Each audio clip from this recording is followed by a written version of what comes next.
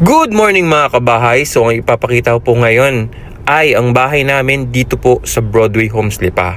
Ang kagandahan niya, kinuha po namin siya ng beer type, makwento ko lang. Yan, tapos kami na po nagpaayos nung loob niya. Kaya po yung sariling design nito is si Mrs. po ang nag-isip at nagdisenyo. Yan. So pagpasok dito, yan, kita naman po natin, no. Ito yung in-AI niya na design kasama yung utak niya. Ayan, pinagsama nila ng AI kung ano magandang design.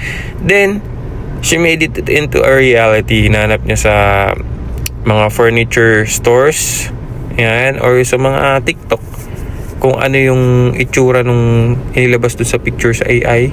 Ayun po yung ginaya niya. Okay? So, ito po ang aming lababo. So, yung turnover ng lababo niyan, black lang. Pinaayos namin, pinatanggal yung tiles. Then, hinabaan. Kaya, ayan po ang itsura ng lababo. So, very elegant yung dating niya, no? Yan po ang aming first floor. Pero hindi pa yun tapos. Dadagdagan pa natin pagtagal.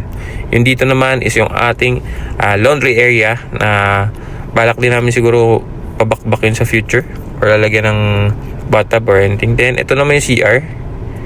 Yan. Ganda rin. May mga fixtures siya. Actually, meron na siyang shower. Yan. Meron rin siyang rain shower doon. Hindi pala rain shower. Shower. Yan. So, dito naman sa pag-akyat, yan, pininturahan namin ng white tong hagdan. Para kang very white, no? Ang ganda ng dating niya, lalo pag may ilaw. Yan. Lalo pag gabi. Parang nasa langit. So, ayan po yung video natin. Mayroon tayong view ng Mount Palarayat. Then dito sa second floor, ito po ang ating tiles. Yan, pinatiles din natin ang second floor. At ginawa lang po nating one bedroom, no? Medyo malawak siya pag one bedroom, oh. Ang ganda ng dating, oh. Ang Airbnb style. Isa pang maganda sa Broadway Homes is malapit sa lahat. Pag pupunta po kami ng SM or may bibilhin kami sa SM, mga 10 minutes lang. Max na yun, no po, 10 minutes. Even with traffic, ganun po siya kalapit, no? Pag walang traffic, siguro mga 7 minutes, ganun. So, ito, may space pa po dito.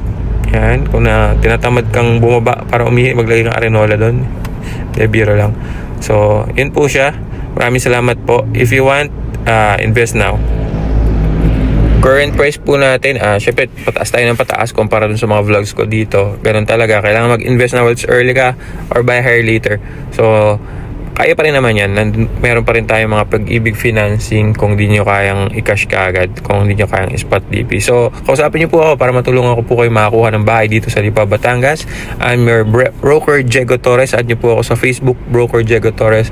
Or here is my number below, 0976-506-6409. Maging open lang tayo sa isa't isa at matutulungan ko kayo ng ang ayos. Ayan po. Maraming salamat mga bahay. God bless.